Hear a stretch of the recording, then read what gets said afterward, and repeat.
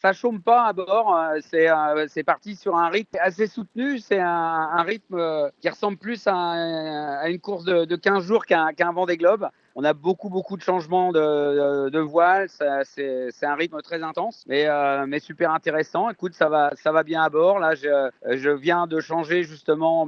Je savais qu'à 4h30 je serais pris, donc je viens de changer de voile d'avant. Donc Grande Génac, J1. Enfin voilà, ça n'arrête pas. Le passage de la DEP hier, et puis on va faire attention à la grosse DEP, la tropicale, qui se balade dans une journée ou deux là. Donc voilà, il y a de quoi faire. On s'ennuie pas à bord.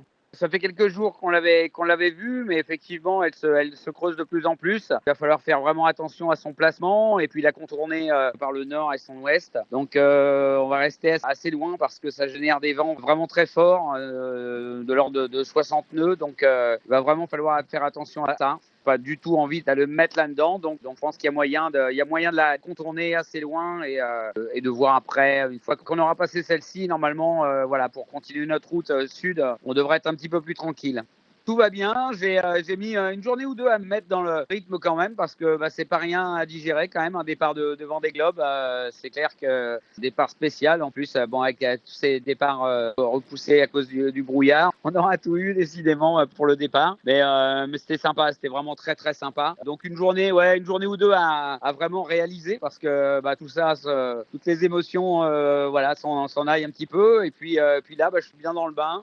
Tout va bien, super bien à bord. Écoute, le bateau pour l'instant nickel, donc je prends mes marques, mais vraiment je suis content d'être là pourvu que ça dure quoi. On a été tout de suite dans le bain. Évidemment, le départ, c'est toujours, c'est un plein d'émotions, même s'il n'y avait pas autant de monde qu'on l'aurait espéré. Il y a toujours quand même la famille, les proches qui étaient là, ça c'était top. Et puis ce beau départ où on a eu comme de la chance de faire un beau départ avec un beau temps. On est parti sous Petite Génac, on a eu le temps d'en profiter finalement une douzaine d'heures avant d'avoir le premier front à passer. Mais je trouve que c'était vraiment un moment agréable parce qu'on n'est pas parti dans le dur tout de suite. On est parti en profitant, en ayant du beau temps, en ayant une première nuit, en début de première nuit assez sympa. Et ça, j'ai vraiment apprécié, quoi. On a pu prendre quelques heures en disant voilà, ça y est, j'y suis. C'est ça. On a pu regarder derrière avec de belles conditions. Et j'ai vraiment apprécié ce moment.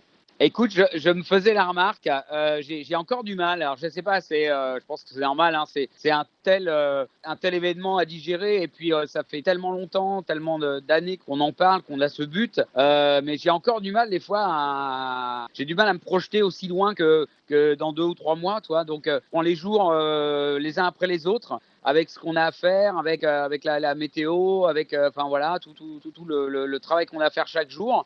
C'est encore un petit peu compliqué de se projeter, même si forcément y a plein de choses autour de nous, ne serait-ce que dans le matossage du bateau. Là, je peux te dire que on a beaucoup matossé ces derniers jours, ces dernières heures. Là, tu te rends compte pour de bon que tu es au Vendée Globe parce qu'au nombre de sacs et au poids soulevé, c'est clair que les bras ils s'en souviennent, quoi. Je suis heureux d'être là, heureux d'être en mer, mais c'est vrai que physiquement, je suis très heureux aussi de m'être bien préparé parce que je sais pas, j'ai pas compté combien de matossages on a fait là déjà, mais c'est assez dingue entre les changements de voile et les matossages. Physiquement, on en a pris un bon coup. Ça ressemble plus à, je te disais, en termes d'intensité, à une course d'une quinzaine de jours comme on a pu faire la valse là, à Vendée Arctic et Sable qu'un Vendée Globe. Donc je pense que ça va faire du bien quand je pense qu'après la grosse DEP on a passé, peut-être qu'il va falloir calmer un petit peu le jeu. Je sais pas comment vont être les prochains jours, mais là c'est clair qu'en termes physiques, on a déjà pas mal tapé dans le physique, quoi. Alors au Cap Finistère, ouais, j'ai vu Stéphane de Diraison.